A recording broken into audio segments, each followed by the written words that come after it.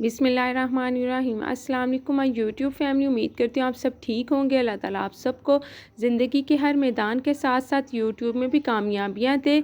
तो चले आए रेसिपी की तरफ। रेसिपी आज जो मैं आपके साथ शेयर करने जा रही हूँ वो है खुबानी की चटनी। ये सिर्फ मैंने खुबानी की चटनी बनाई है, यानी इसमें ना मैंने इमली की ऐड की है ना ही खजूर ऐड की है। तो चले आए रेसिपी स्टार्ट करते हैं। यहाँ पे सबसे पहले मैंने खुबानी लिया और खुबानी मेरे पास 1.5 कप के करीब पड़ी हुई थी। तो आप देख सकते हैं ये है सूखी खुबानी। तो सबसे पहले इसे वॉश कर लेंगे और ये इतनी गंदी होती है कि आपको इसको वॉश करने के लिए आपको 4 से 5 दफ़ा पानी से गुजारना पड़ेगा। तो अभी आप इसका पहला पानी देखिएगा जो कितना गंदा निकलता है। पहले इसको आपने हाथों से मसल के इसकी मिट्टी उतारनी है। तो यहाँ पर आप पानी चेक करेंगे जिसका पहला पानी वो कितना गंदा है।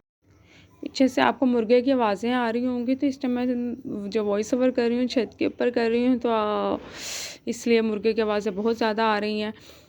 तो यहाँ पे आप पानी चेक कर सकते हैं कितना अब साफ़ हो चुका है। अब इसको मैंने आपको दिखा रही हूँ। इसके बाद हम इसको कवर करके इसे छोड़ देंगे लगभग 6 घंटे के लिए। मैंने यहाँ पे सहरी के टाइम भिगो दिया था और दिन के 12 बजे मैंने इसे पकाना शुरू किया था। अब यहाँ पे देख सकते फूल के दुगनी हो चुकी है। तो अब इसको पकाते हैं हम लोग। और इसको आपने जिस पैन में पकाना है उसमें ट्रांसफ़र कर दें। और इस बर्तन का जिसका है इसका मैंने खंगाल भी ऐड किया था। खंगाल मैंने 1 गिलास के करीब इसका पानी ऐड कर दिया था। अब इसे हमने पकाना है लगभग 20 मिनट के लिए लो फ्लेम पे कवर करके आपने पकाना है। पहले इसे बॉयल आने दें। बॉयल आने के बाद देन आपने इसे 20 मिनट के लिए पकाना है। यहाँ पे चेक करें आप, इसे मैंने कवर करने के लिए 20 मिनट के लिए छोड़ दिया था और यहाँ पे 20 मिनट कंप्लीट हो चुके थे। अब हम इसका जो फ्लेम है वो ऑफ़ कर देंगे और इसे ठंडा होने देंगे, क्योंकि अब हमने इसे ब्लेंड करना है। तो इसे मैंने कवर करके छोड़ दिया था ताकि ये रूम टेम्परेचर पर आ जाए। तो अब ये रूम टेम्परेचर पे आ गई है। अब हम इसको ब्लेंड कर लेंगे। यहाँ पे मैंने ब्लेंड करते हुए नहीं दिखाया, तो अब हम इसको ब्लेंड कर लेंगे। इसमें मैंने इसका जो खंगाल था वो भी ऐड कर दिया था। अब हम इसमें स्पाइसेस ऐड करते हैं और स्पाइसेस में मैंने सबसे पहले चीनी ऐड की है। चीनी मैंने 1 कप के करीब ली है। इसके बाद हम इसमें सॉल्ट ऐड करेंगे, लाल मिर्च ऐड करने के बाद आपने इसमें चिली फ्लेक्स ऐड करनी है और जितनी लाल मिर्च ली है उतनी हमने इसमें चिली फ्लेक्स ऐड करेंगे। इसके बाद इसका जो मेन इंग्रेडिएंट है भुना हुआ ज़ीरा वो लेंगे और इसे भुना ज़ीरा कूटा हुआ आपने लेना है, वो ऐड कर दें। इन सब चीज़ों को अच्छे से मिक्स कर लें।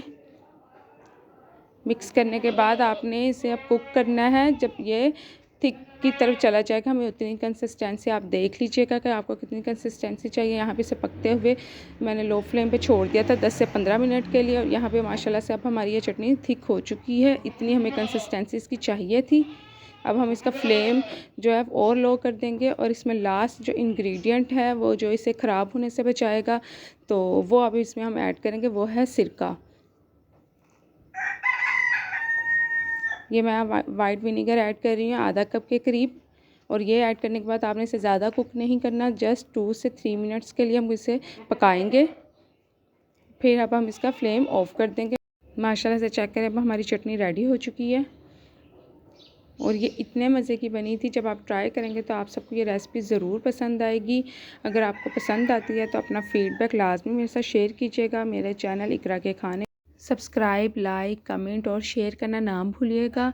तो माशाल्लाह से आप मेरी रेसिपी ट्राई जब करेंगे तो अपना फ़ीडबैक लाजमी शेयर करना है। यहाँ पे माशाल्लाह से देखें मेरी ये एक बाउल भर चुका था। इसके बाद भी इसकी जो है कि काफ़ी ज़्यादा पड़ी हुई थी, तो मैं इसे एयर टाइट जार में भर के रख लूँगी। यहाँ पे देखिए ये भरने के बाद भी कि जिस पैन में हमने बनाई थी कितनी ज़्यादा पड़ी हुई है, तो मैं इसे एयर टाइट जार में दोनों को भर के रख लूँगी। तो उम्मीद करती हूँ आपको ये रेसिपी पसंद आएगी। अब इजाज़त दें। अल्लाह हाफ़िज़।